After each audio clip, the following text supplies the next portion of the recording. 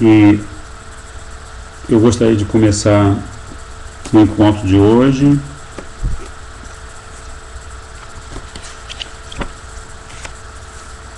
fazendo, deixa eu ver se eu acho aqui,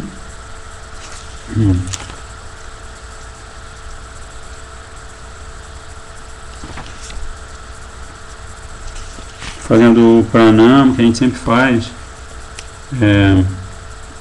para Gurudeva, e especificamente como hoje aparece essa grande Vaishnavi, né, que é a própria Lakshmi Devi, Mati Siddha Thakurani, também fazer o Shiva Vaishnava Vandana, né?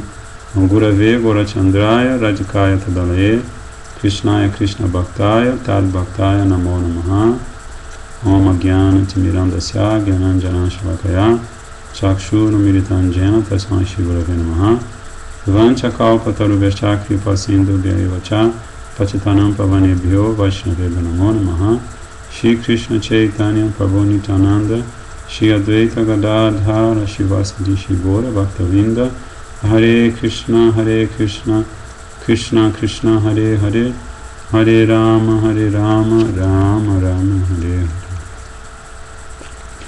Bem, então como vocês sabem, nós estamos no canal Gita, né? Nós temos aí essa facilidade tecnológica e por essa facilidade tecnológica, como o nosso querido Srila Prabhupada sempre dizia, o caminho da renúncia, o verdadeiro caminho da renúncia significa usar tudo e empregar todos os recursos que vêm às nossas mãos a serviço de Krishna. Então Prabhupada sempre dá o exemplo, porque Prabhupada ele esteve entre nós antes que a internet se tornasse, entre aspas, realidade, mas ele sempre falava do microfone. Ele dizia assim que esse microfone é um objeto supostamente material, mas quando a gente o utiliza a serviço de Krishna para esclarecer sobre as glórias de Krishna, as atividades de Krishna, o pensamento de Krishna, então ele automaticamente se torna um objeto espiritual.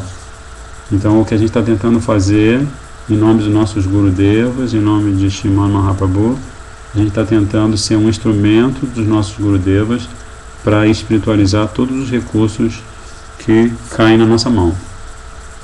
E eu me lembro que na sexta-feira passada nós havíamos combinado algumas coisas, porque nós estamos fazendo esse estudo como uma vivência, ou seja, a gente estudar é uma coisa, agora vivenciar é outra, né? Quando a gente estuda, a gente pode adquirir Jnana, mas esse conhecimento que a gente adquire, Jnana, ele pode ser considerado conhecimento transcendental, mas se ele é adquirido apenas para ficar registrado aqui na nossa cabecinha, então ele não vai atingir o nosso, deixa eu ver aqui, nosso coração, né? Então erudição por mera erudição não é a ideia da nossa proposta, né? Especialmente porque, pelo menos falando por mim, eu não sou nenhum erudito, então seria uma grande mentira eu estar falando de erudição, né? Mas assim, a proposta é a gente conhecer a personalidade de Krishna, conhecer o pensamento de Krishna, né? Porque os nossos mestres e o próprio Krishna nos ensinam que quando a gente está neste mundo físico, a gente está sujeito a 4 defeitos como seres humanos, né? Quais são os 4 defeitos, Rama? Errar, se enganar e ter skills imperfeitos. Ilusão, né, no caso. Errar, enganar, iludir-se, né? Se enganar, se iludir, né? E ter sentidos imperfeitos. Como o Prabhupada sempre dava ele dá o exemplo. Acho que agora você pode fazer um mute aí, senão fica dando isso. Prabhupada dava o exemplo de quando você olha assim, você sai na rua de manhã e olha para o sol, e você olha assim e vê aquela esfera que parece do tamanho de uma moedinha, né? Uma moeda de 50 centavos, assim, do seu ponto de vista, por causa da limitação do seu sentido da visão, quando você olha para o sol, ele parece uma coisa bem pequena, porque ele está distante da gente. Então esse é o primeiro defeito que o ser humano tem, né? Ele tem a visão e os outros sentidos imperfeitos, e também o sexto sentido, que coordena esses 5 sentidos, também da mesma maneira imperfeito. E aí depois também o outro defeito é que nós temos a tendência a enganar os outros, né? Se a gente faz uma análise em profundidade do nosso caminho de vida, das nossas reações mentais e intelectuais e emocionais, a gente vai identificar vários momentos em que a tendência a enganar o nosso semelhante se manifesta, né? E o pior tipo de engano é o engano de si mesmo, né? Que é você se iludir a si mesmo.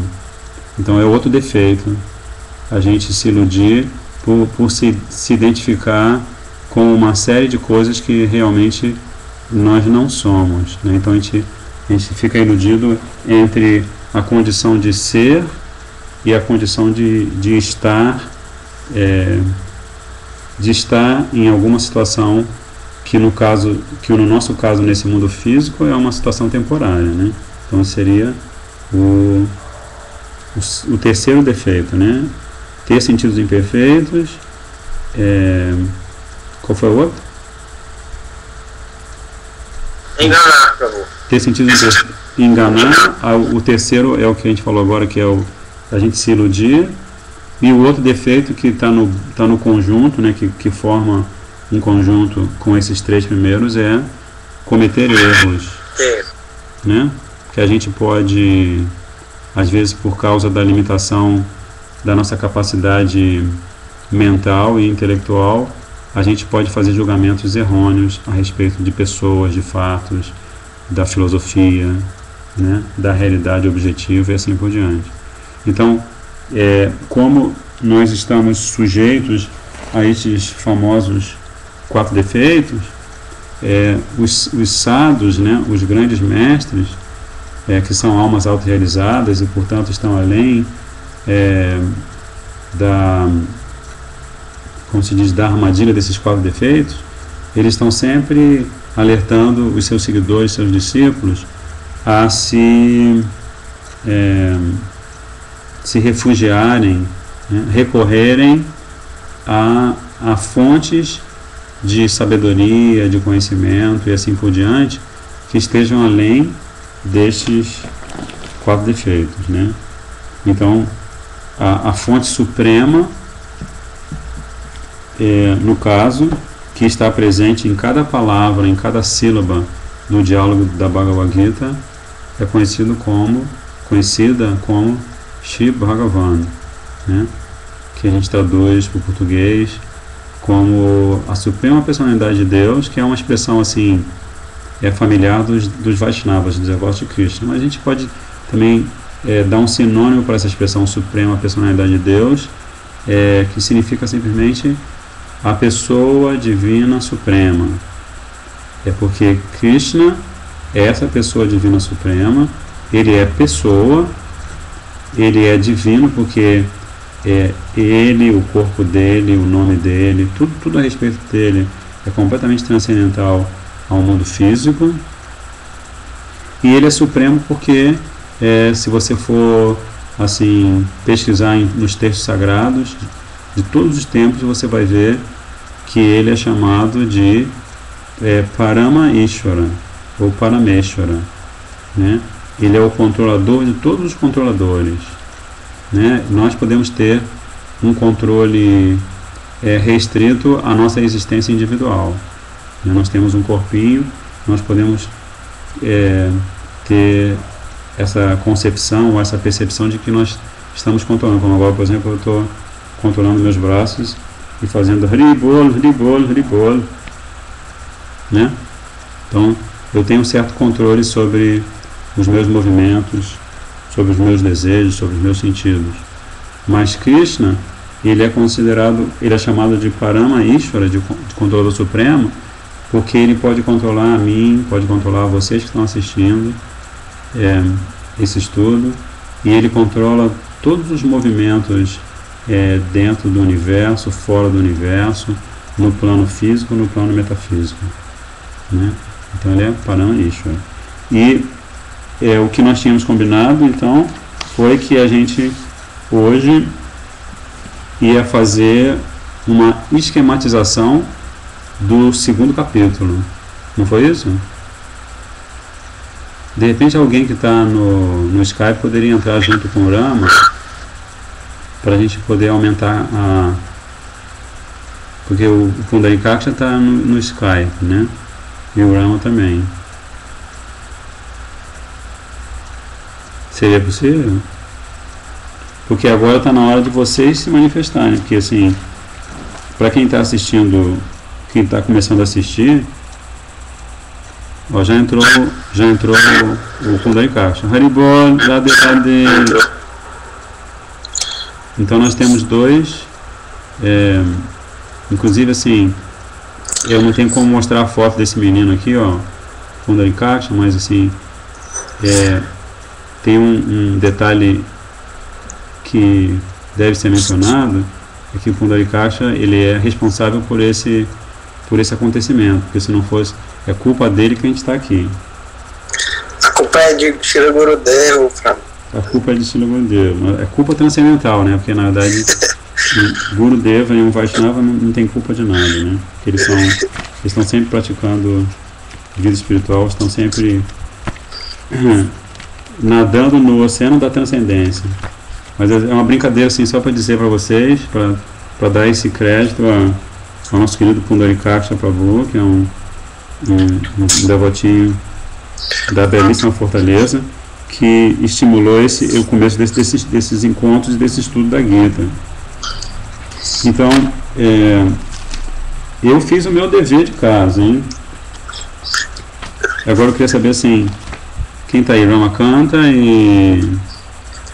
Ramakanta, Indulekha, Vishnu Swami, estão todos aqui em casa. Tá, eu quero saber se vocês estão aí com suas anotações, seus apontamentos sobre a divisão por tema, por assunto, dos 72 versos do segundo capítulo da Bhagavad Gita. Quem tiver feito, levanta a mão, mas no caso vai ter que falar, porque eu não estou vendo vocês ainda. Não tem esse poder místico, né, de ver vocês sem vocês estarem numa telinha ou na minha frente. Então, o silêncio está quase mortal, hein? Tem um silêncio mortal. A Indulekha foi pela metade também. A Indulekha fez pela metade, Joy. A metade... Eu fiz até a página não, o verso 22. Então tá, até onde eu li, né? O nosso querido Pundarikaksha fez um resumo até o verso 22. São 72 versos. Então você está devendo 50 versos aí para o nosso encontro, tá? Tá. E a Indulekha fez até onde? Até o 39. Até o 39. A Indulekha não chegou na metade, socorro. Quem mais fez? Vishnu Swami fez? Não, o Vishnu Swami não, eu não sabia assim. Não tinha. Aí não sabia? Ele foi embora. Entendi. Normal. Enfim. Então não, faz o seguinte, proposta. Eu vou pedir pro Pundarikaksha falar até o verso 22 você foi, né? Eu vou pedir pro Pundarikaksha Prabhu dar o seu parecer até o verso 22. E depois a Induleka vai do verso 23 ao verso 39. Tá bom? Ok. Mas assim, vamos dinamizar essa apresentação, tá bom? O que significa dinamizar a apresentação? Ah,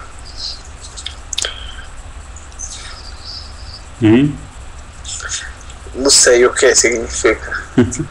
Vamos dinamizar assim, que a gente está com um grupo aqui, a gente tem 4 telespectadores, tem o pessoal que só está no Skype, então a gente deve ter umas 7 pessoas presentes ao encontro. Então elas têm que participar de alguma maneira, entendeu?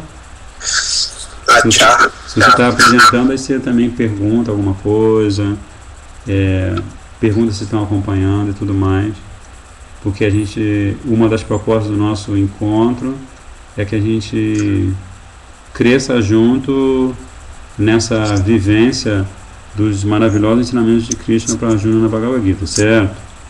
Certo. Então vamos lá. Comece. Então todo mundo acompanhando, só para repetir. E saíram 2 pessoas do ar, olha só, acho que eu falei alguma besteira. Enfim, acho que eu ofendi alguém. Das 2 que salvaram, uma sou eu, então. Tá, a outra deve ser o Radhanatha. Provável. Mas enfim,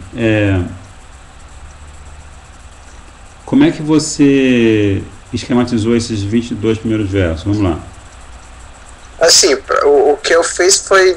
Não foi bem. Foi um estudo mais básico, vamos dizer assim. Eu li até o verso 22, né? Uhum.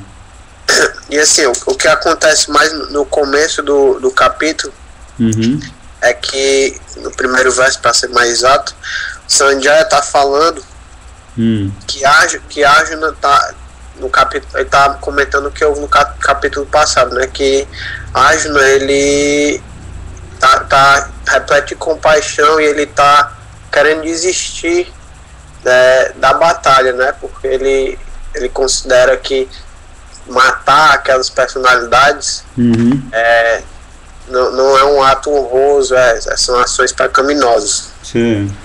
E aí ele começa ele desiste, né? Ele se desanima na batalha e diz que prefere ser derrotado de uma vez por todas, porque não há que bem há, né? Que bom há em desfrutar de resultados dessas ações, né? Que seriam matar os familiares deles, os mestres dele. E aí Krishna começa a dizer para ele que aí ele, assim, até o verso 22, o que acontece é que Krishna começa a falar para ele de que nós não somos esse corpo, né? Que nós somos a alma. Então aquele que aparentemente está matando, na verdade não mata, e aquele que aparentemente está morrendo, na verdade não morre, né? E que não existiu nenhum tempo onde todos aqueles ali presentes no campo de batalha, e ele, Krishna e Arjuna, não existiram.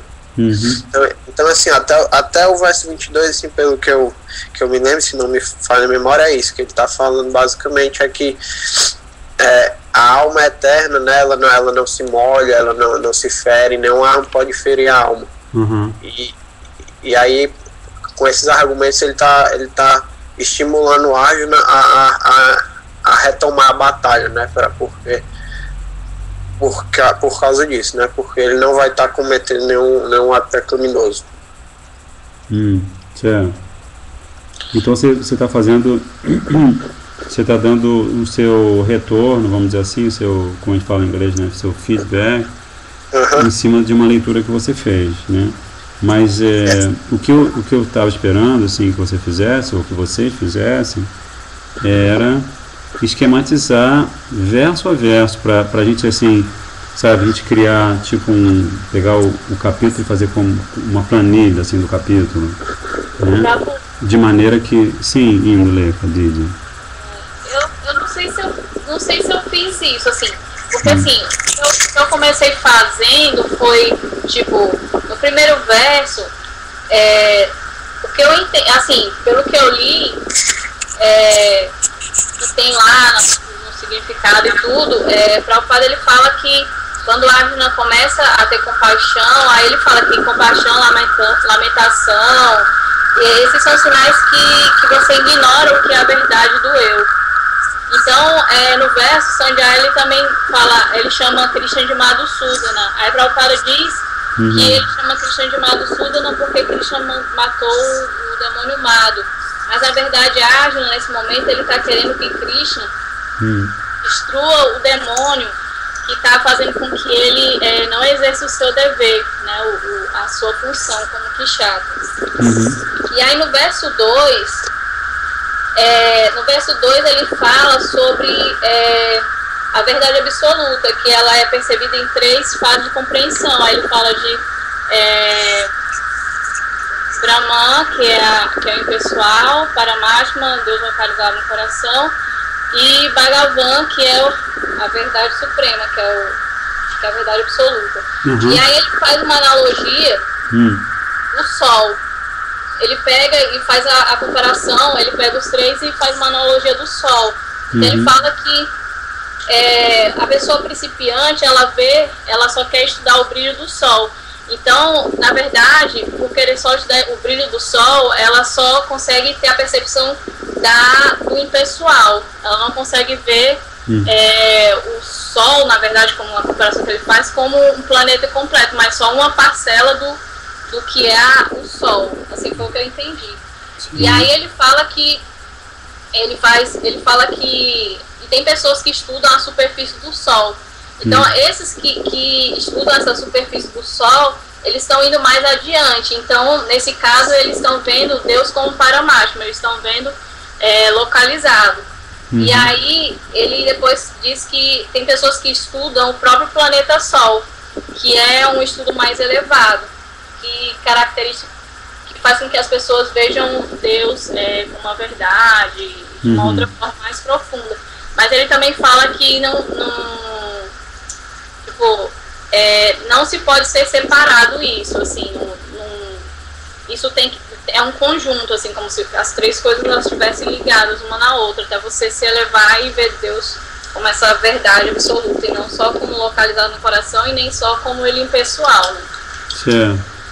E no verso 3, ele fala da fraqueza do coração, que, assim, eu não sei se eu fiz isso corretamente, mas aí eu lembrei que é um dos anatas, né? Que é a fraqueza do coração, que são desejos por coisas inúteis, hipocrisia, duplicidade, que faz com que isso gera outras coisas como raiva, ignorância, muitas coisas. E aí no verso 4 ao 8, Arjuna, ele começa a argumentar o porquê dele não lutar, né? Do 4 ao 8, né? Do 4 ao 8. Então ele começa a fazer argumentos porque que ele não deveria lutar, e aí ele fala que como é que ele pode matar os mestres dele, e aí ele pega e fala sobre essa parte, como é que ele pode matar pessoas que foram grandes mestres para ele, embora essas pessoas, na verdade, elas tivessem, no que tem o significado é que ele poderia nem ter essa consideração com eles devido ao fato deles terem abandonado a real posição deles como mestres, porque eles ficaram do lado de Duryodhana, né? E no verso 9 ao 10, Sanjay ele fala que Arjuna realmente diz que não vai lutar, e nesse momento ele se rende realmente a Krishna, e Krishna assume o seu papel de mestre de Arjuna, né? E começa a dar as instruções. Aí do verso 11 ao 30 ele vai falar sobre a alma, sobre a constituição da alma. Então ele faz com que Arjuna, nesse momento, para que Arjuna possa compreender o verdadeiro eu, e assim ele possa acabar com essa lamentação que ele está. E no verso 31 ele fala sobre Vanashma Dharma. Fala sobre as ordens da divisão. Tá. Aí ele fala sobre, e aí ele vai falando sobre o Dharma, sobre o dever que Kshatriya, e aí ele vai explicar o porquê que a Arjuna realmente deve lutar. Uhum. E no verso 39 ele vai começar a falar sobre Sankhya Yoga. Sankhya Yoga no 39? Foi o que eu entendi. Tem certeza. Olha lá, vê o que Krishna está falando lá. Lê pra gente aí o verso 39. Depois eu vou dar um parecerzinho, Prabhu?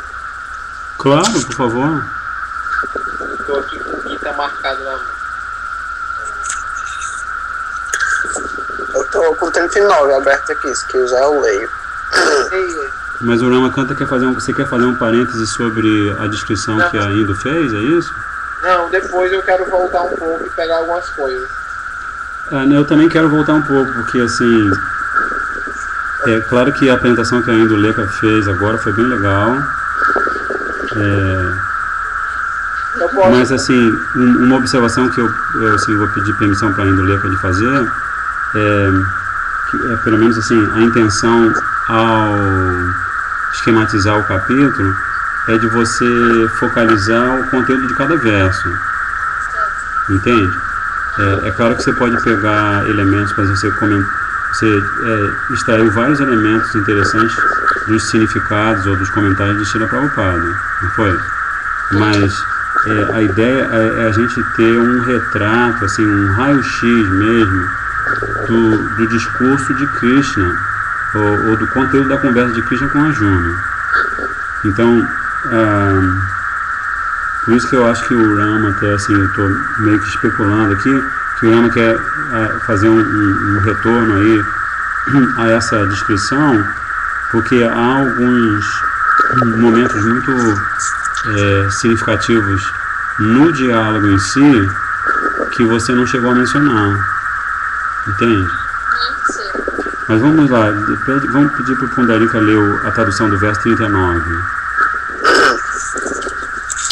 Até agora descrevi este conhecimento a você. Deixa eu ter certeza que é o 39. É o 39. Até agora descrevi este conhecimento a você através do estudo analítico. Ouça agora enquanto eu o explico em termos de trabalho sem resultados frutivos. Ó filho de parto, quando você agir segundo este conhecimento, poderá livrar-se do cativeiro decorrente das ações.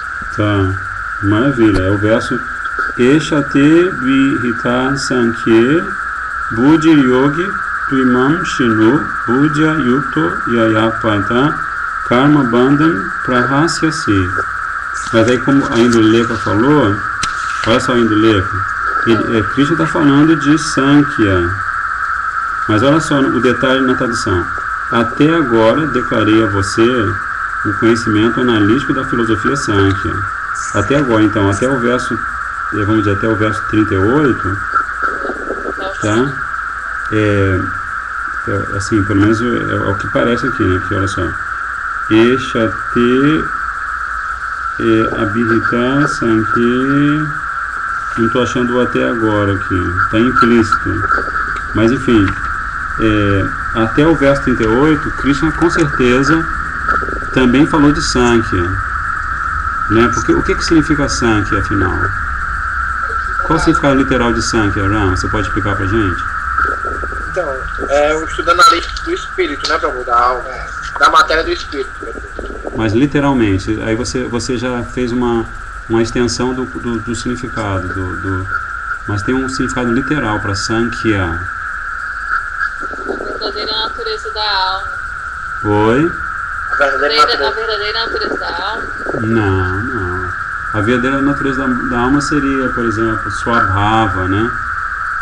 Bhava é a natureza, e Swa é a própria natureza. Então, Nitya Swabhava pode ser a verdadeira, a eterna natureza da alma, né?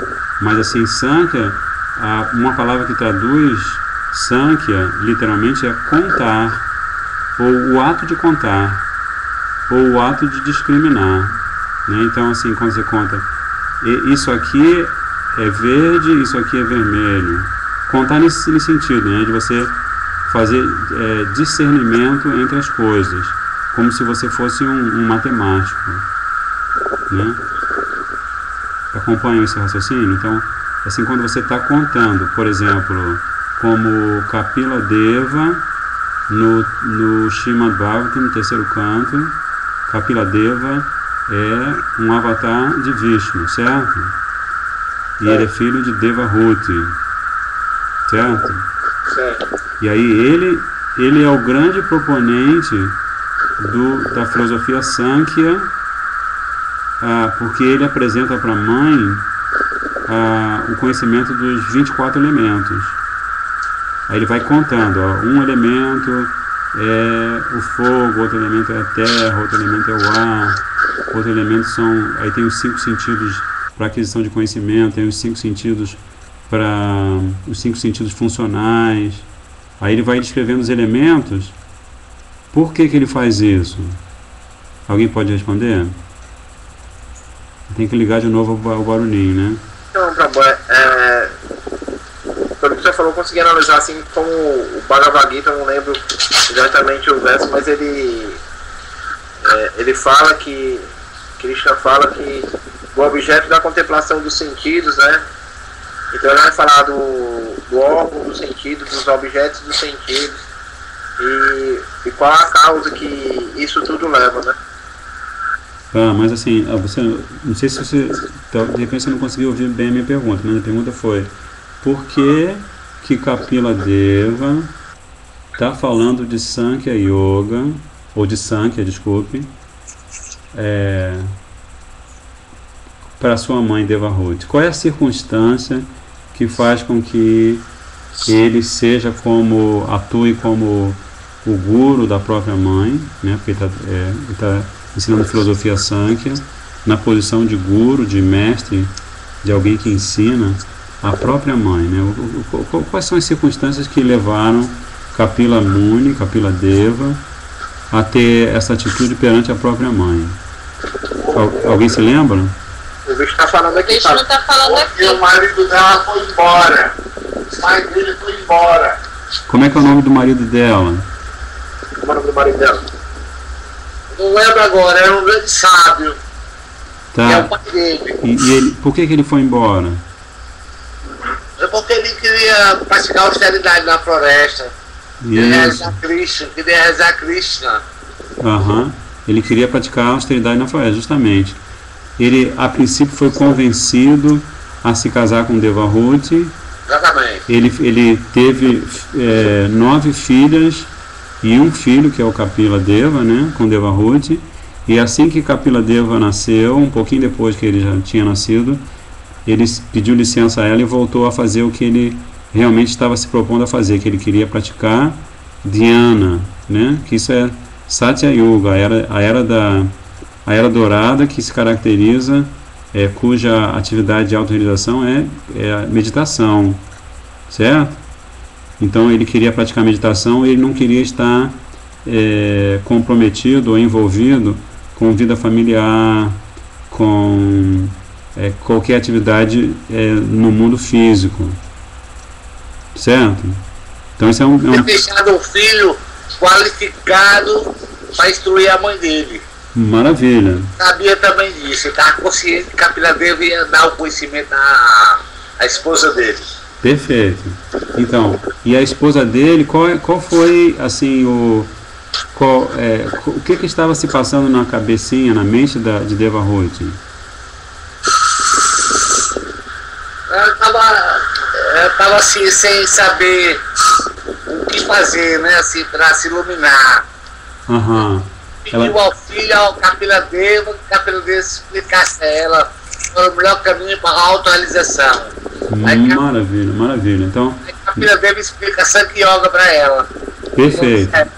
Isso. Então, assim, Vishnu Swami acertou em cheio na ideia de Sankhya. Porque na verdade, os nossos mestres vão explicar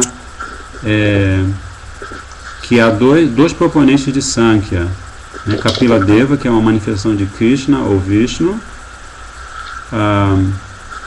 que vai apresentar o conhecimento que se chama Sankhya, para que a pessoa que ouve, ou o discípulo que ouve, para que ela consiga discernir entre o que é físico e o que é metafísico, e a partir daí ela poder tomar a decisão de praticar a vida espiritual, certo? Mas assim como o Vishnu Swami Prabhu falou, Devahuti estava bem naquela situação em que ela estava sentindo falta do seu querido marido, né, do seu querido esposo Kashyapa Muni, né, e ela se viu desamparada, embora tivesse um filho, o próprio Vishnu nasce do ventre dela, então ela é uma alma muito especial, né, então embora ela tivesse esse filho, Kapila Deva, mesmo assim ela estava com aquele resíduo de confusão, de não saber o que fazer. E por isso, Kapila Deva apresenta para ela Sankhya. Então, através de Sankhya, ele vai mostrar para ela o que é e o que não é, o que é real e o que é ilusório, né? Então, e é a mesma coisa que Krishna faz para Arjuna nos versos, pelo que eu anotei aqui. Krishna vai estar focalizando especificamente Sankhya, que inclusive é o título do capítulo, o título geral do capítulo 2, né? Ele vai estar focalizando do verso 12 ao verso 30. Tá certo? Se vocês analisarem, se vocês quiserem anotar, vocês podem analisar, que vocês vão ver que Krishna, dos versos 12 aos versos 30, ele vai estar falando Dehi nosmin jata dehe komaram javanam jara tata dehantara pratis dirastatra namuhyate matras pashas tukanteya sitoina shuka dukada agama painyo nityastan stiksha sabharata. Então está falando versos para Arjuna que vão ter a mesma função que os versos que Kapila Deva transmitiu para a mãe dele. Tá? E com isso, como eu me lembro, a Indulekha falou disso, que quando Krishna fala esses versos 12 a 30, ele está começando a fazer um trabalho de conscientização em Arjuna. Certo? Porque, assim como o nosso querido Srila Gurudeva sempre diz, se você não sabe quem você é, como é que você vai trilhar o seu próprio caminho, né? Se você tem alguma dúvida sobre a sua identidade, como é que você vai trilhar o seu caminho espiritual, inclusive o seu caminho material? Que se você não sabe qual é a sua identidade, você volta e meia, você vai estar entrando em tubos de confusão, né?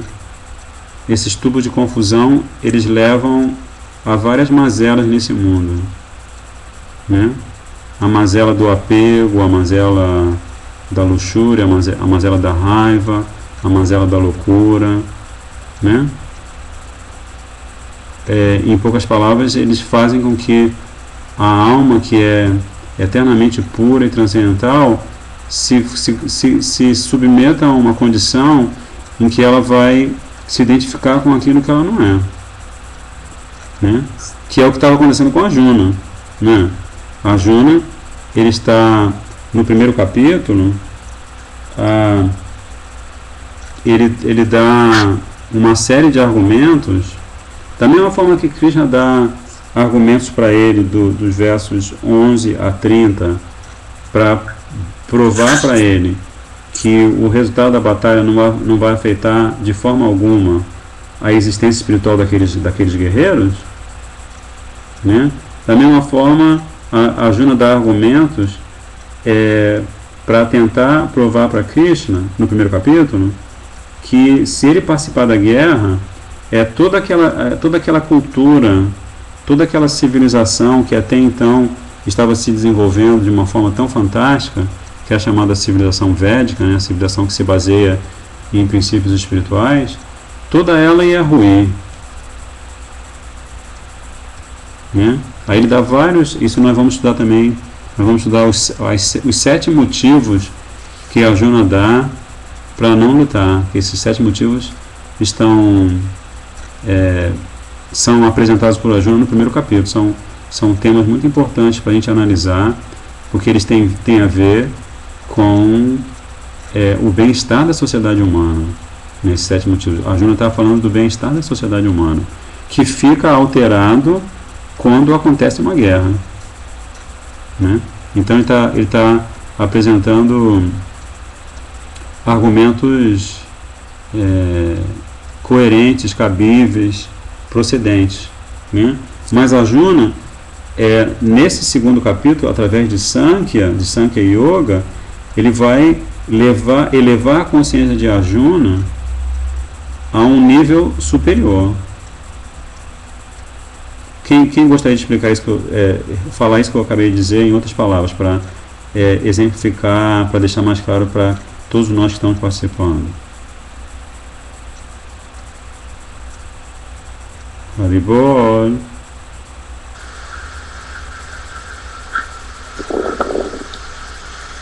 Então, Prabhu, Haribol? Estou ouvindo, pode falar, estamos ouvindo. Prabhu, porque quando o senhor falou, agora eu estava escutando o senhor e folheando o Gita, né? Uhum. E eu não sei se eu fiz certo também, mas eu comecei a separando assim o capítulo 2 assim por diversos tátuas, né? Maravilha, maravilha.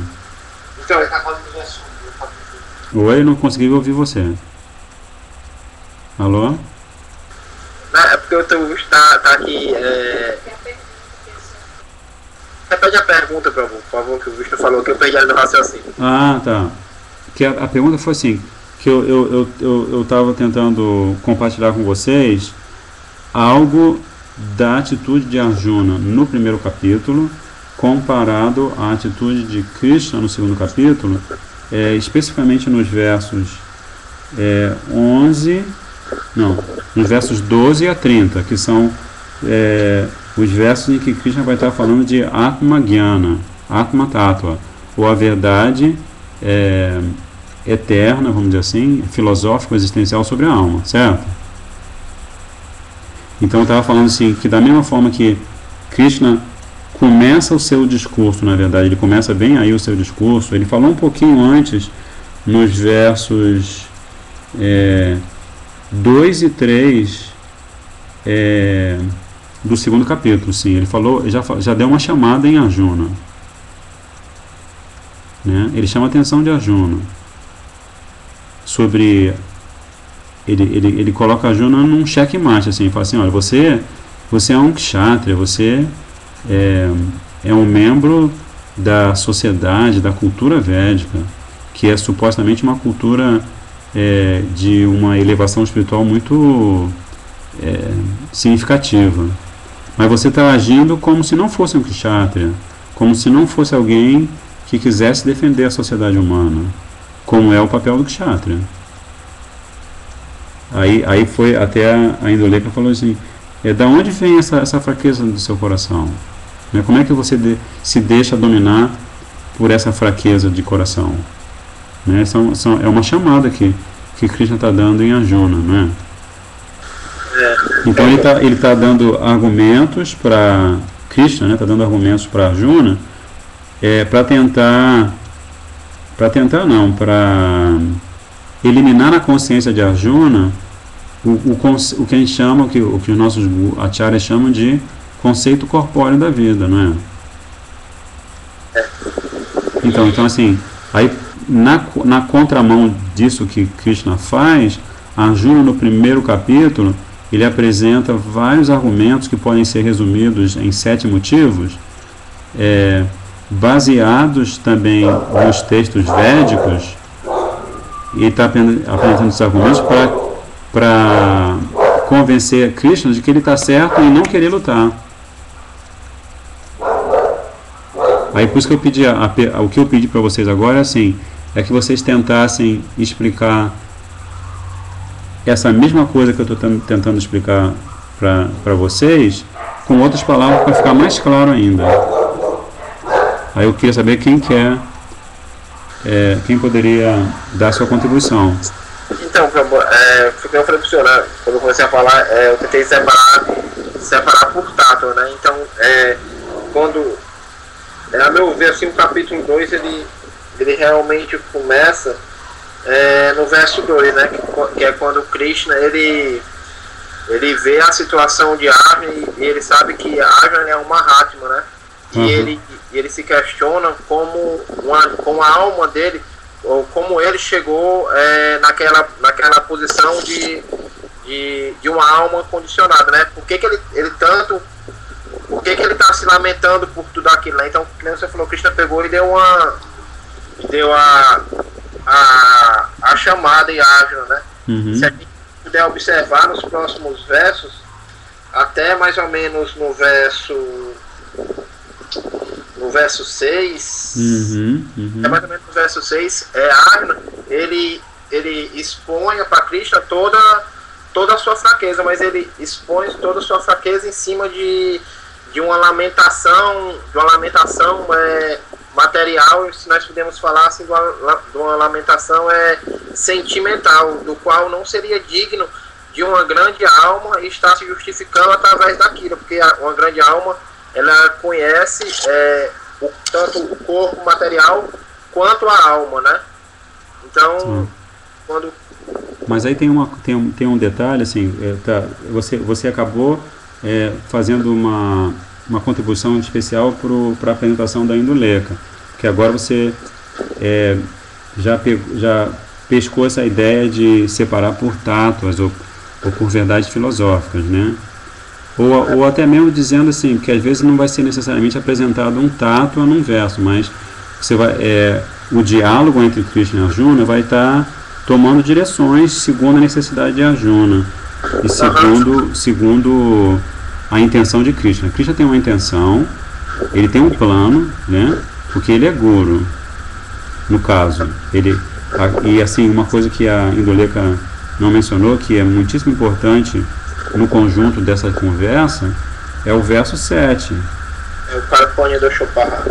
Karpanya Doshoparata, né? Porque Krishna, Arjuna, aí ele faz Guru Padashaya. Ele viu que a confusão se alojou na mente dele, né? Ele viu que ele não conseguia mais enxergar nada e ele perdeu toda a compostura, ele não sabia mais o que era certo. E nesse momento ele enxergou a sua posição e ele pede para que Krishna o ajude, né? Isso. Então, aí ele fala algumas palavras-chave. Ele fala de Prapanam, né? Que ele se coloca como alguém que se entrega, que se rende a uma autoridade, né? No caso, Guruji, né? Gurudeva, em primeiro lugar ele faz isso, certo? E ele também ele fala a palavra Shishya, não fala? Ele fala, me coloca como seu discípulo, não é? Shishate, sou teu discípulo.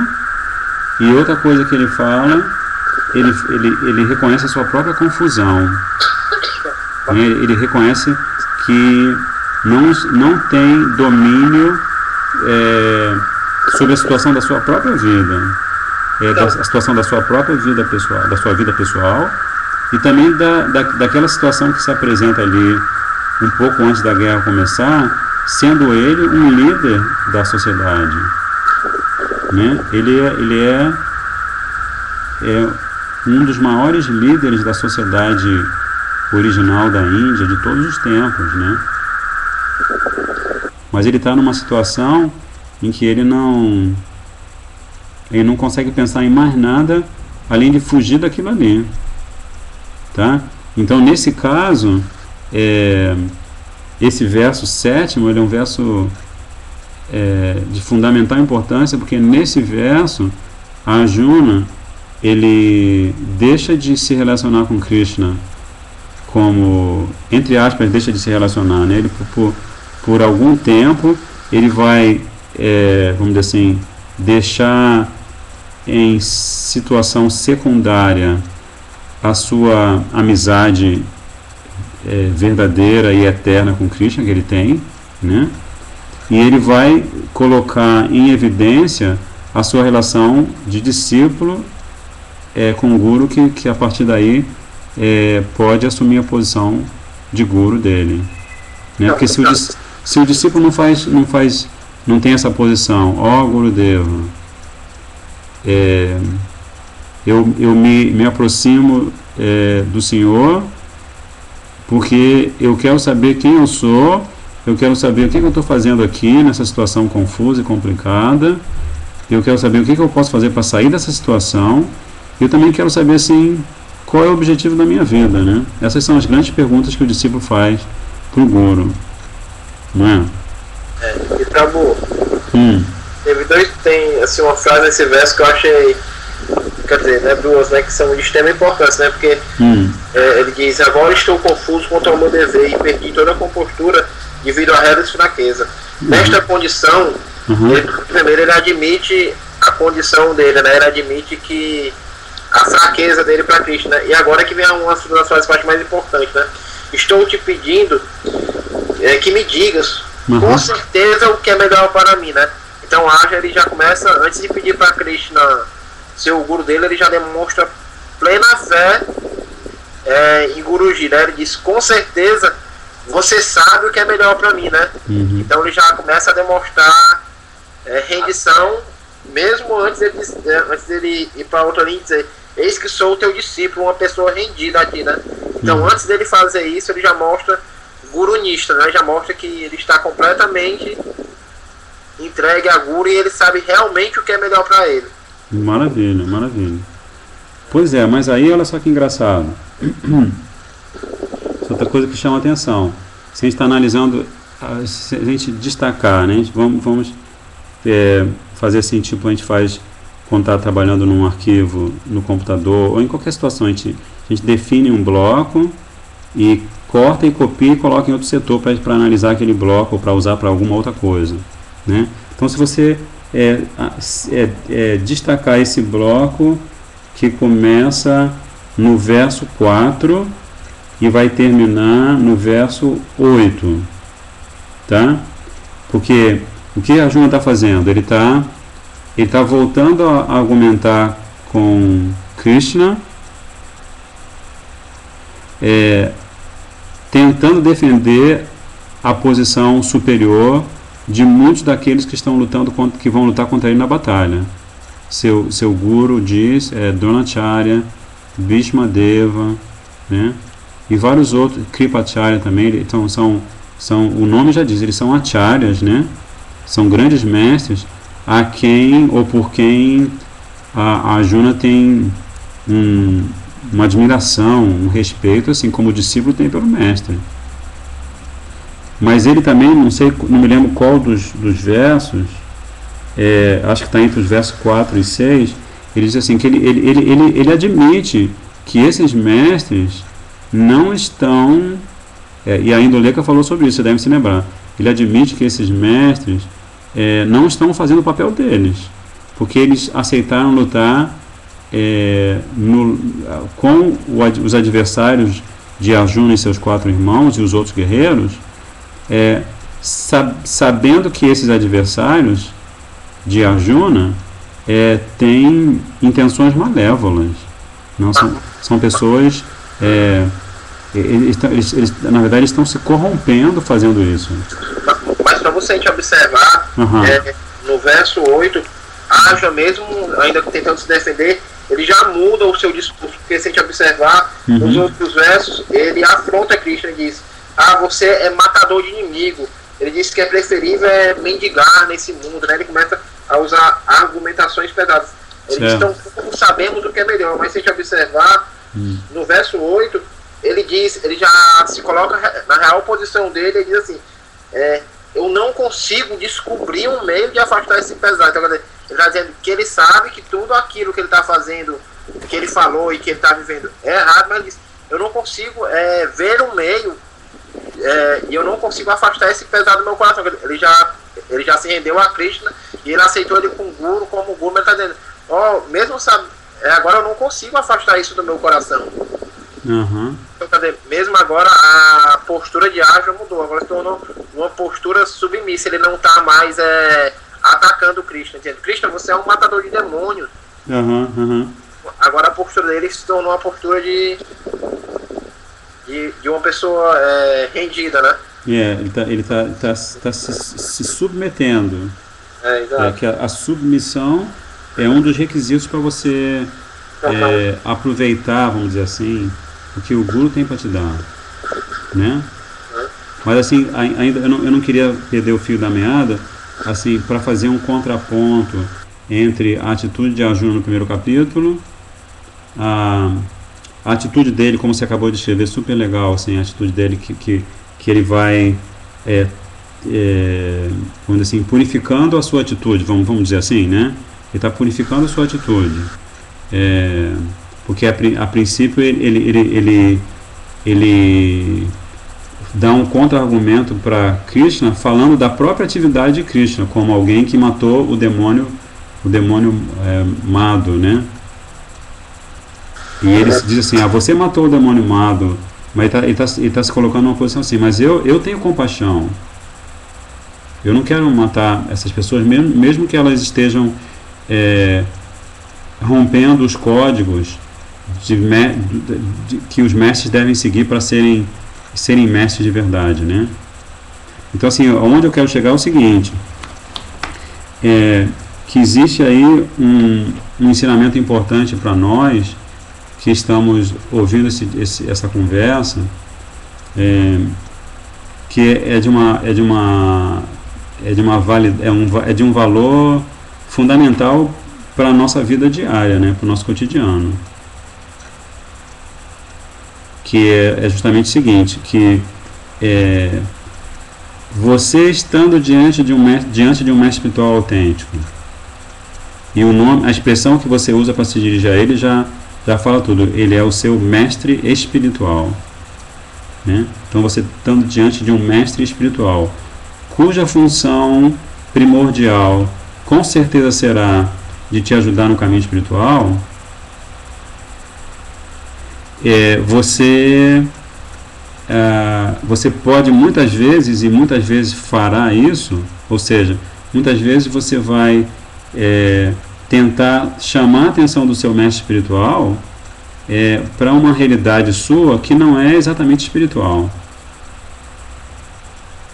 né? Que é o que a Arjuna procurou fazer. Vocês acompanham esse raciocínio? Que a Arjuna no primeiro capítulo está dando motivos baseados nos textos védicos para não lutar. E esses motivos estão ligados a que nível da existência de Arjuna?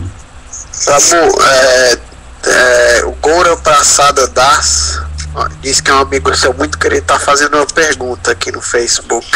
Tá. Ele tá lá assistindo lá de Barcelona.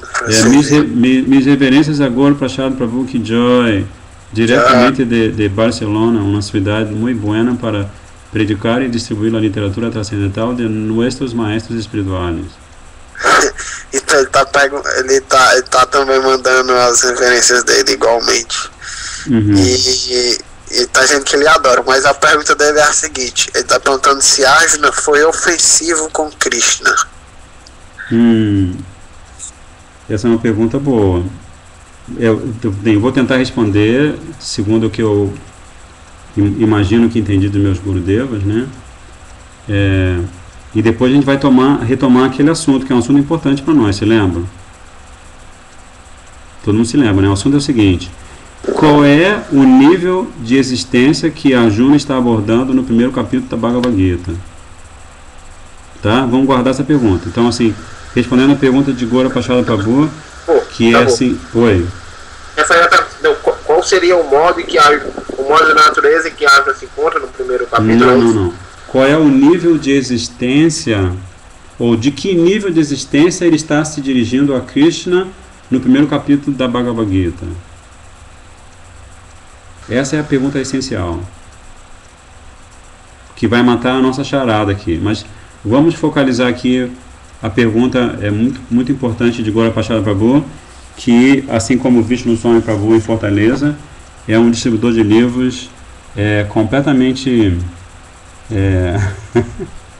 completamente viciado, assim. Ele tem esse vício terrível de distribuir os livros de Srila Bhaktivedanta Swami Prabhupada, também já distribuiu alguns livros do nosso querido Srila Bhaktivedanta Narayana Maharaj no Brasil.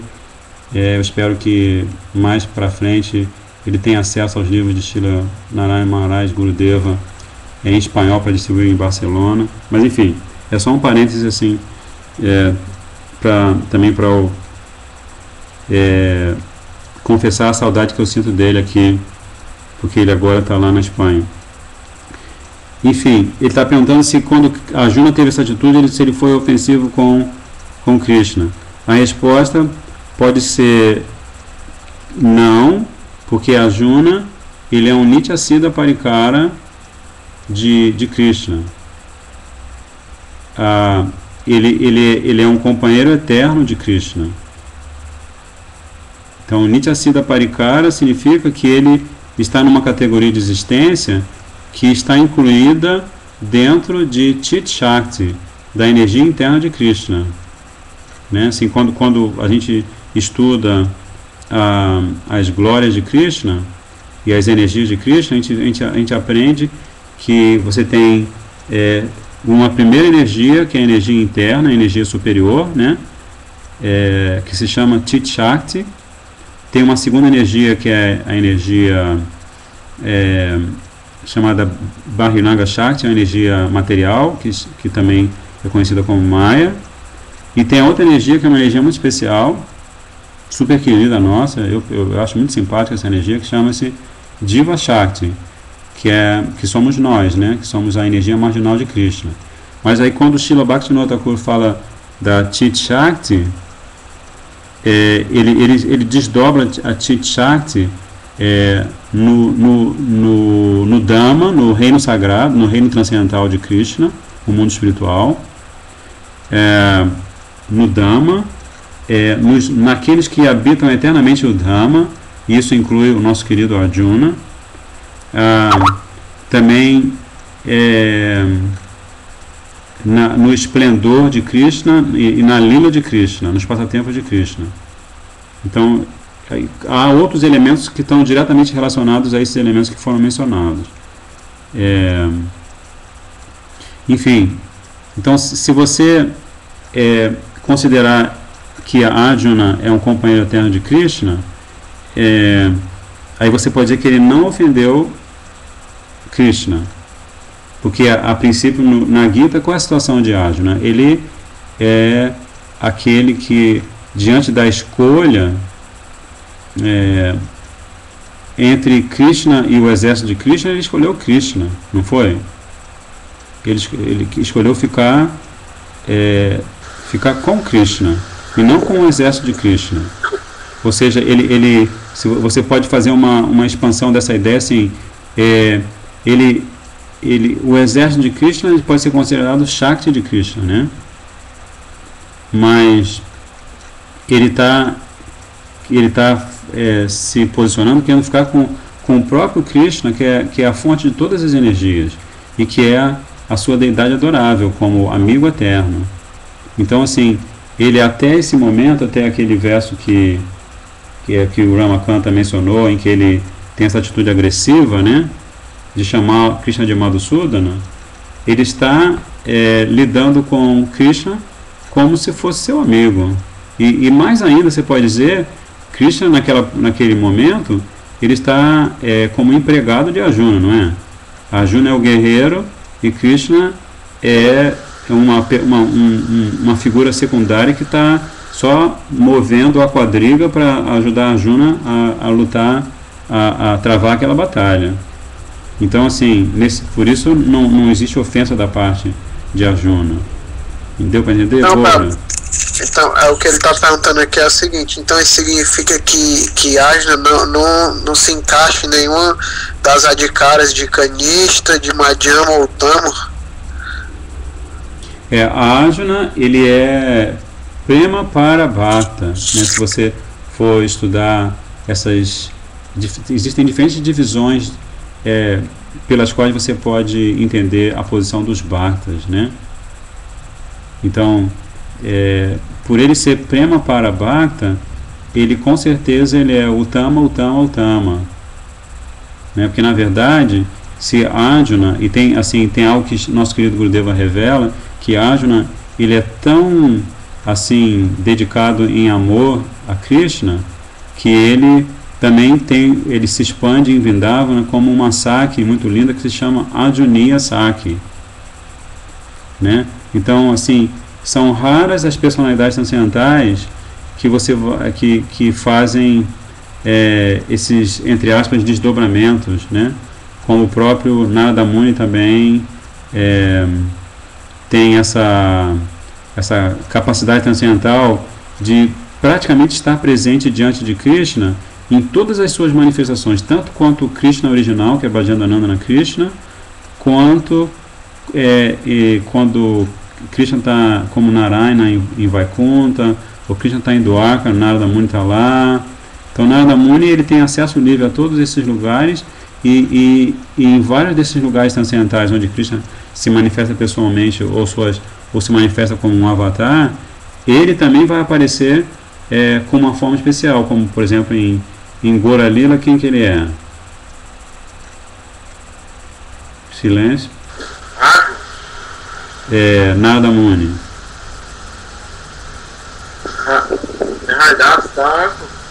Não, Narada Muni em Gora Lila ele é Shivastaka, você lembra? Shivastaka, Shri Krishna Chaitanya Prabhu Nityananda Shri Advaita Gadadhara Shivas Adigora. Então Shivastaka é o próprio Narada Muni que não quer perder os passatempos de Mahaprabhu, né?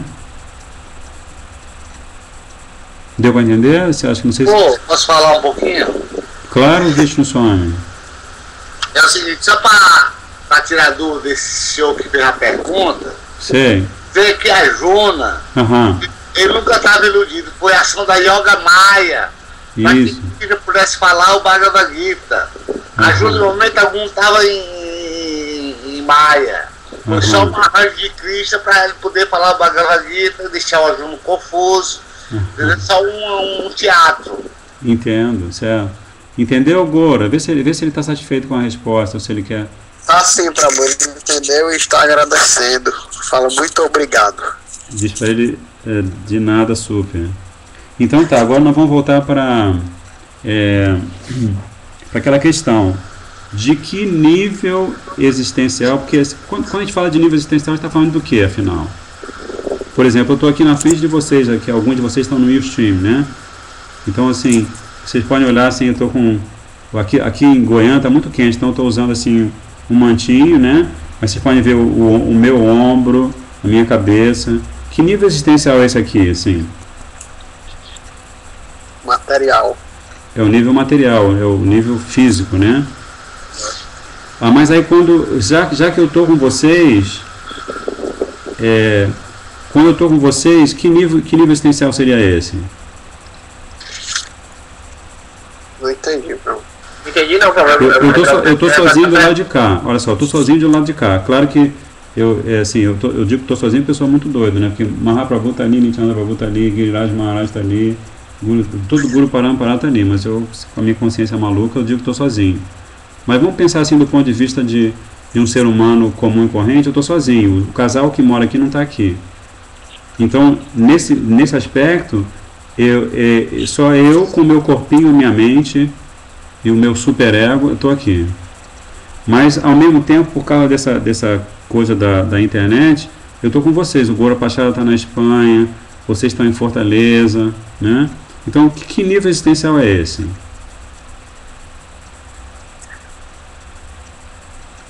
Vamos, gente, não tem problema errar, não. O negócio é a gente tentar entender. Transcendental, porque o que se fala, o que se discute falando de Cristo, né? Então é espiritual. Tá. Aí o Vishnu Swami mandou uma boa agora, mas assim, vamos pensar mais rasteiro um pouquinho. Nós somos seres humanos. Nós formamos um grupo e estamos tentando absorver o pensamento de Krishna, absorver a atitude de Arjuna, a atitude de Krishna. Então, como grupo, nós estamos em que nível existencial? A Induleka falou disso, o Ramakanta falou disso. Quem que vai salvar a pátria? Oi? Eu não sabo, não. Essa pergunta eu não estou entendendo. A gente está no nível social, gente do céu, o corpo social. Social. O corpo social. Nós formamos uma pequena sociedade. O Vishnu Swami mandou bem dizendo que nós, claro, nós somos uma sociedade, mas uma sociedade voltada para a transcendência. Ou buscando se voltar para a transcendência. Mas nós estamos, nesse sentido, como grupo, nós estamos no nível social. Não é?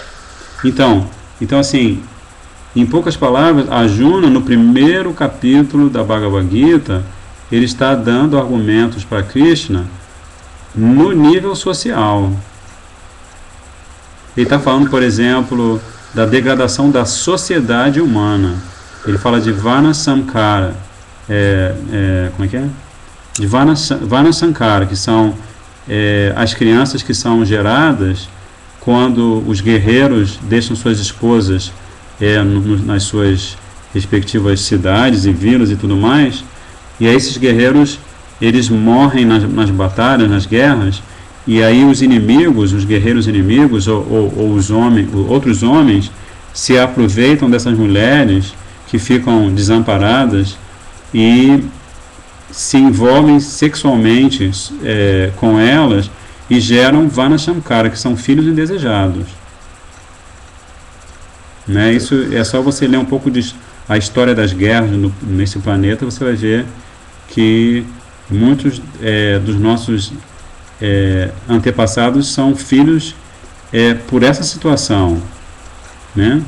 De repente o nosso antepassado de 20 gerações foi morto numa batalha e a nossa antepassada da mesma geração acaba se envolvendo com o inimigo do seu próprio marido e tem um filho. E esse filho, por acaso, é o nosso antepassado. Né? Então a Joana está falando dessa contaminação social, certo? Que é uma das coisas que os mantenedores da cultura védica querem evitar. E ele, sendo um dos mantenedores da cultura védica, porque ele é um kshatriya, ele é um protetor da cultura védica, ele quer evitar. Então ele está dando um argumento que, socialmente falando, é completamente procedente. Então, Krishna lá na frente, ele até lá no verso 11, Krishna até ele fala que pra Arjuna, ele diz, você está falando palavras sábias, né? Mas você não está agindo como sábio, né? Porque os sábios, eles não se lamentam nem pelos vivos nem pelos mortos, né? Porque nesse momento o Krishna já vai dizer, você está se lamentando por algo social, por algo material, né? E a partir daqui Krishna vai começar a mostrar para Arjuna a diferença, né? Entre a alma e o corpo, entre a alma e o social, né? Porque o corpo... Antes aqui a Arjuna vai dizer para Krishna que não vai mais, que ele não vai lutar, que ele não vai cumprir o dever dele. E quando o dever, um Brahmana, um Kshatriya, ele não cumpre o seu dever, né? Há um desajuste social, né? Surge a progenie indesejada, surge vários outros problemas causados que afetam a sociedade, né? Então aqui Krishna ele já dá uma chamada para dizer, isso que você está falando você está falando como um sábio, mas você está se lamentando por aquilo que o sábio não se lamenta, né? Você está se preocupando com algo que é material, por algo que é social, mas ainda há algo mais sublime, né? Então ele vai começar a falar para a Arjuna da diferença. Isso. Então, assim, esse é um assunto muito importante, né? Como eu estou tentando compartilhar com vocês esse raciocínio, que assim, no nosso dia a dia, a gente não tem como evitar a experiência social. A gente não tem como evitar a nossa contribuição para a sociedade da época em que a gente está vivendo, né? Eu nasci em 1954, então assim, eu estou vivendo na sociedade humana, nesse corpo aqui, desde 1954. De várias maneiras, eu já dei a minha contribuição para essa sociedade. Ainda hoje eu faço algum trabalho, então um trabalho que vem favorecer a sociedade, né, de várias maneiras. E da mesma forma eu absorvo a contribuição da sociedade. Eu fui para a escola, os meus pais me deram educação, né? Depois eu tive o meu período que eu estive casado e eu fiz trocas em nível social e também em nível emocional com a minha ex-esposa, com os meus filhos, com quem eu continuo fazendo trocas emocionais importantes. Então, assim, essas trocas, elas são parte natural da nossa vida como ser humano, né? Então, em períodos de normalidade, vamos dizer assim, tudo que a Arjuna está falando para Krishna no primeiro capítulo é completamente válido, né? Em situações de normalidade, né? Então, assim, isso significa que a gente deve sim promover a harmonia social. Da mesma forma, assim, que você, estendendo essa mesma ideia, por exemplo, você tem o Gora Prachada, que tem um relacionamento super bonito com a Chaitanya Priya, um casal super assim, amoroso um com o outro. Isso é muito, muito importante. É um exemplo importante para a sociedade humana, né, que um casal seja harmônico, né, que se a gente voltar atrás na história aí das yugas, o que diferencia Kali Yuga das yugas anteriores é justamente isso, que Yudhishthira Maharaj no Srimad Bhagavatam, ele começa a perceber os sinais de Kali Yuga porque ele vê o marido brigando com a esposa em casa, né? Aí ele fala assim, eu percebo uma mudança definitiva na sociedade humana, porque agora o marido tem coragem de brigar com a mulher e a mulher tem coragem de brigar com o marido. A desarmonia está dentro dos lares, dos próprios lares. Então, se a desarmonia está dentro dos próprios lares, como é que a sociedade vai ter harmonia, né? Então, assim, em épocas como, por exemplo, no Brasil, a gente, aqui na América Latina em geral, tirando algumas guerras menores, né, a guerra do Paraguai e outras guerras, né, a Argentina também teve aquela guerra engraçada lá, já que estou falando que o Gora Prachada está ouvindo, a Argentina participou daquela guerra maluca das Malvinas, né? Enfim, tirando essas guerras menores, a América Latina vive em situações de normalidade política, né? Claro que também já houve aquele período das ditaduras, mas assim, num período de normalidade política, o que a Arjuna está falando para Krishna no primeiro capítulo do Bhagavad Gita é completamente cabível, né? Mas ao mesmo tempo, se você for dar um salto a um nível superior da sua existência, aí que entra a lição importante para o nosso cotidiano, né? A gente vive um relacionamento super bonito com por exemplo, o Rama também, o Radhanatha, vocês assim, devotos, que têm relacionamentos harmoniosos com as suas respectivas esposas, as esposas com seus respectivos esposos. Isso aí assim, é algo sublime, né? É algo sublime. Mas acima dessa sublime troca de afeto que existe entre vocês, existe a troca que é ilimitadamente mais sublime de afeto com Krishna, né? Que é a troca de afeto que você pode ter não só com a sua esposa, mas você pode ter com seu filho, assim, em sociedade. Agora voltando ao que o Vishnu Swami falou, né? A sociedade transcendental é aquela em que todo mundo está trocando afeto com a pessoa suprema, que é aquela que é capaz de dar satisfação a todos transbordantemente, né? Então, quando a sociedade humana está trocando em serviço amoroso afeto com Krishna, isso se chama Daiva Varnasham. Isso que Prabhupada quer, isso que Gurudeva quer, Ele quer que a gente viva em Daiva Varnasham. Porque se a gente vive em Daiva Varnasham, a gente pode fazer o que a gente está fazendo aqui agora. Né? A gente agora está aqui no Ustream, já está fazendo quase 1h30. Eu prometo para vocês que vou parar em seguida.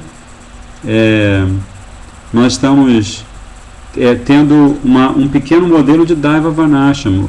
Alguns devotos vão para a casa do Ramakanta, outros devotos vão para a casa do Radhanatha. De repente o Gora Prashada está lá com o Krishna Kirtan, não sei, com algum outro irmão espiritual ou irmã espiritual. Então isso é Daiva Varnasham, ou seja, a gente viver em sociedade, a gente ter nossas funções na sociedade, viver as fases da nossa vida, solteiro, casado, depois se aposenta, depois renuncia, o que seja, mas tendo Krishna como centro da nossa vida, né? Fazendo com que Krishna se torne o centro da nossa vida. E essa afirmação é uma afirmação meio, vamos dizer assim, meio tosca do ponto de vista transcendental, porque Krishna, quer a gente queira, quer não, ele é o centro da nossa vida, né? Então, se a gente está consciente, se nós mesmo inconscientemente temos Krishna no centro da nossa vida, imagina se nós o colocarmos conscientemente no centro da nossa vida, né? É o que Krishna está tentando mostrar para como se diz, para Arjuna. Gente do céu, ele está tentando mostrar. Tem uma mensagem aqui, peraí.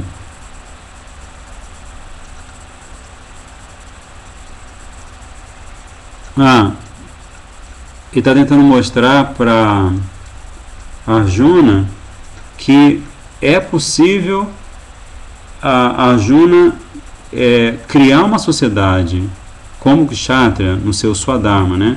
Que é mencionado aqui, a gente acabou não mencionando aqui, que a gente vai ter que voltar a esse segundo capítulo, sinto muito. Que a gente não esgotou o segundo capítulo. Né? A gente nem tocou ainda direito no segundo capítulo, na verdade, né? Então, assim, Krishna está tentando mostrar para Arjuna assim, que existe a possibilidade de você criar uma sociedade que se chama Daiva Varnasham, e essa sociedade Daiva Varnasham, ela vai ser de todas as maneiras superior à sociedade que você estava defendendo no primeiro capítulo, pelo amor de Deus.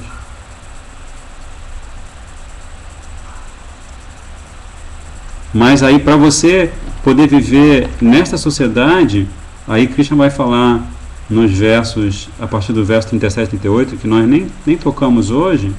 Ele vai falar sobre Varna Dharma no sentido da manutenção do Dharma. Varna Dharma, ou seja, o Dharma de Arjuna como Kshatriya, mas ele assumir esse Dharma dele como Kshatriya para a proteção de Sanatana Dharma, de Vaishnava Dharma, né? Mas a gente vai ter que parar agora, porque já são 8h30. A intenção não é a gente morrer de cansaço estudando. A gente tem que... Nós estamos praticando, tentando, pelo menos falando por mim, tentando praticar Bhakti, mas tem um horário para tudo. Tem um horário para a gente se encontrar e trocar ideias e vivenciar a Gita, tem um horário para tomar prachada, tem horário para dormir, né? Isso também é Daiva Varnasham. Aí, se vocês quiserem fechar com alguma pergunta, e eu vou pedir novamente, acho que agora vocês estão entendendo um pouquinho melhor essa questão do esquema. Vamos esquematizar o segundo capítulo de novo, mas tentando dividir os conjuntos de versos ou os versos individuais na temática que Krishna vai trocando com Arjuna e Arjuna vai trocando com Krishna. Tá bom? Haribo. Alguma pergunta para fechar? Ananda Maí quer fazer uma pergunta?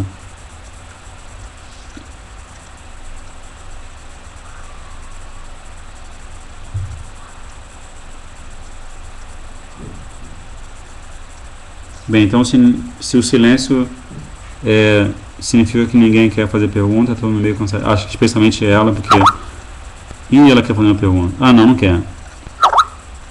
Radhe Radhe. Tá bom, né? Também é muito tarde para ela lá, que ela está em Londres. Mas enfim, vamos fechar. Agora que está chegando o casalzinho aqui, que eles estão chegando do seu longo dia de trabalho e atividades nesse mundo goiano aqui. Então eu vou, como hoje é o dia do aparecimento de Sita Thakurani, eu vou tomar a liberdade de convidar vocês para a gente cantar. Tem um cartalinho aqui? Tem? Cartalinho. Eu vou pedir para aqui nós estamos no Bhavan de Ishan Thakur Prabhu e Vaishnavi Didi, que são queridos discípulos de Srila Bhakti Vibhuda Bodhayana Maharaj. E eles são muito queridos, e está todo mundo dando abraço para vocês, viu? Tem um monte de gente, e eles também estão mandando reverência, eles são assim, muito fofinhos. São muito fofinhos, eu espero que um dia vocês possam se encontrar com eles. Então a gente vai fechar cantando uma Mahamandra, tá?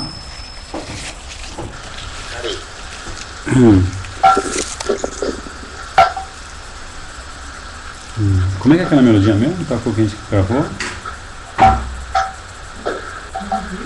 Ele tá lá fora, né? Peraí. Esqueci a melodia que eu queria cantar. Então vamos lá.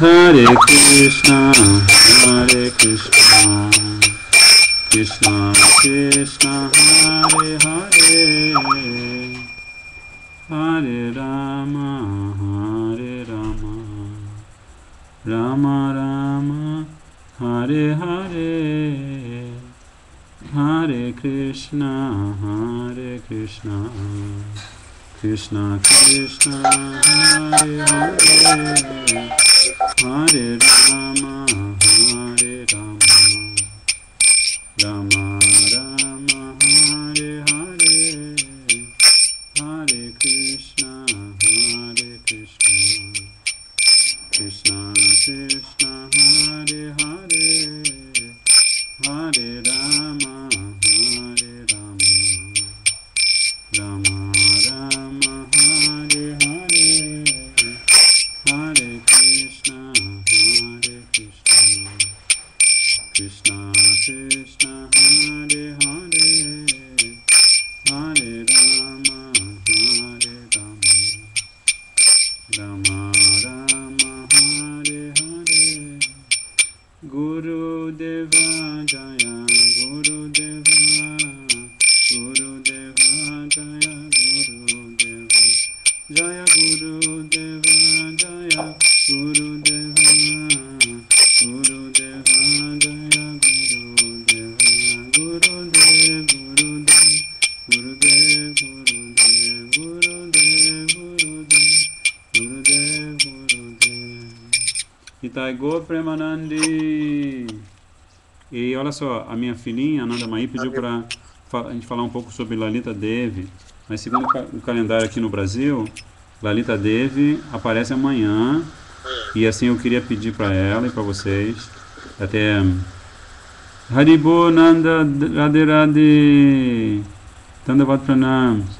Eu queria pedir para vocês, convidar, na verdade, vocês para um estudo amanhã. Vou convidar a Vaishnavi e o Ishan Thakur para a gente amanhã, para a gente glorificar Srimati Lalita Devi, que é uma das Astashaki Shiromani. Se vocês todos tiverem disponibilidade, a gente pode se reunir. Que horas, Prabhu? Porque amanhã às 7 da noite a gente vai fazer um Harinam Sankirtan. Que horas você gostaria? Mas que ela está tão cansada agora. Tem que ver como é que vai ser meu dia amanhã. Você vai trabalhar amanhã também, né? Não, mas a gente vai ter que resolver umas coisas mais vezes. Eu vou separando aqui, tem um livro aqui que fala de Lalita Devi, né?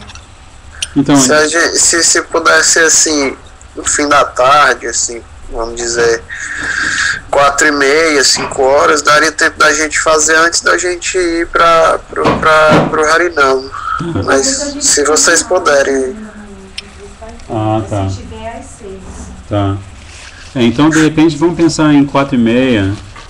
Que aqui mas aí se por exemplo, se vocês puderem todos às 6, aí a gente poderia fazer às 6 aqui, todo mundo junto em um lugar, e quando acabasse umas 7, 7h30, nós iríamos todos pro Harinam.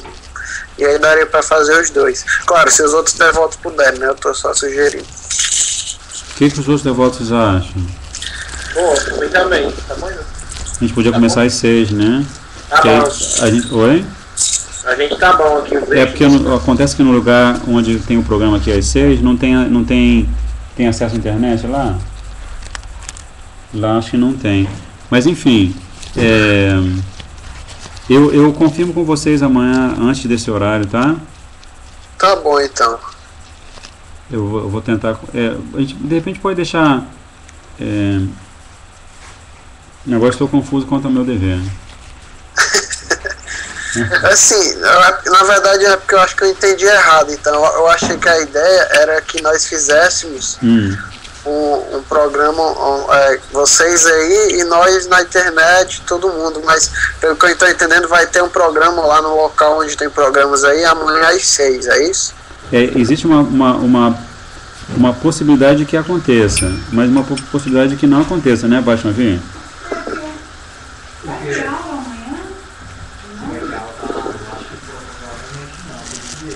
O Prabhuji está dizendo que provavelmente não. Então, assim, de repente a gente deixa para as 6, porque assim, lá não tem acesso à internet. Entendi, mas assim, porque de qualquer forma, assim, o que eu tô querendo dizer é que eu só sugeri às 6 porque eu achei que fosse um horário conveniente para vocês aí. Mas de qualquer forma a gente poderia marcar tarde, então, mais cedo. Então a gente pode marcar, vamos voltar às 4h30, então? Que aí dá tempo, a gente faz de 4h30 às 5h30 e dá tempo pra gente do lado de cá ir pro programa também. Por mim, e vocês vão pro programa aí também, entendeu? Por mim, tudo bem também. Tá? Então, assim, se houver algum contratempo, eu aviso a vocês, mas tá marcado 4h30 amanhã, Lalita Devi que Joy. Tchau. Tá bom? Ei, Prabhu, eu tenho uma pergunta não relacionada ao Bhagavad Gita. A Modara tá mandando reverências pro senhor da Modara. Pra ele também. Que quando eu fiquei online, você estava falando de uma Acharya Lila que está se manifestando. E assim, eu não sei se eu peguei no meio dos dizeres, mas você chegou a citar nomes, alguma coisa assim? Por enquanto é uma coisa bem secreta, mas... Super secreta. Super secreta, mas é muito auspicioso. Tchau. Vocês vão ficar sabendo em breve. Sei. É porque hoje teve um evento assim que eu tô relacionando a isso, mas eu não sei se é a mesma pessoa. Oi? Hoje houve um evento assim, não sei se foi hoje o evento, mas eu sei que aconteceu alguma coisa que de um dos discípulos de Shri Gurudev que estou relacionando a isso, mas eu não sei se é. O Ramakant tá dando a deixa lá total. Pronto, então tá. Acho que como eu suspeitei, então. Então tá bom, gente. Sejamos felizes, né? Sejamos felizes, porque a Acharya Lila é como o Gurudev, ele sempre fala, né? Krishna está sempre presente no coração do devoto sincero, né? Então, assim, e a forma pela qual ele está presente nesse mundo é através de Gurudeva, né? Então, assim, é claro que a gente também sabe que o Shastra fala que o Guru fidedigno é raro de se encontrar, mas ele sempre se manifesta pela misericórdia infinita de Mahaprabhu, Nityananda Prabhu, ele se manifesta nesse mundo, e nós estamos tendo a experiência de que ele está se manifestando em vários sadhus que estão viajando pelo planeta, né? E agora, um deles, que pelo menos para mim é muito especial, eu acredito que para vocês pode vir a ser também, ele está demonstrando vários sintomas da atitude de um acharya muito especial. Então a gente está só com os dedos cruzados, torcendo para que o néctar o néctar da misericórdia de Mahaprabhu flua pela pessoa, pela figura transcendental desse sadhuji. Ok? Nitai Gaur Premanandi, obrigado aí pela presença. Até amanhã, 4h30, né? Eu vou desligar aqui as turbinas, tá? Bom descanso, hein? Se cuidem vocês. Boa noite.